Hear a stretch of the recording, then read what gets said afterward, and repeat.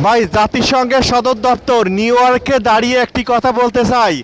জাতিসংঘের সাধারণ পরিষদে বাংলাদেশ সভাপতি পদ পেয়েছে এবং নির্বাচিত হয়েছে।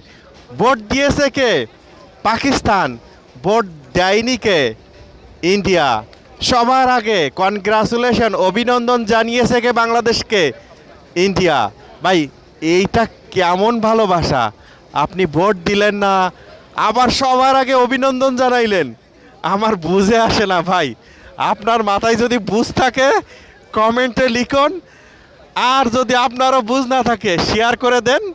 যার বুঝ আসে সে কমেন্ট করুক। এইখানে দেখা যাক, আমি একটু পড়তে চাই। রুহুল খান, যুক্তরাষ্ট্র, নিউ ইয়র্ক থেকে। Four four, let's go. Thank you, thank you.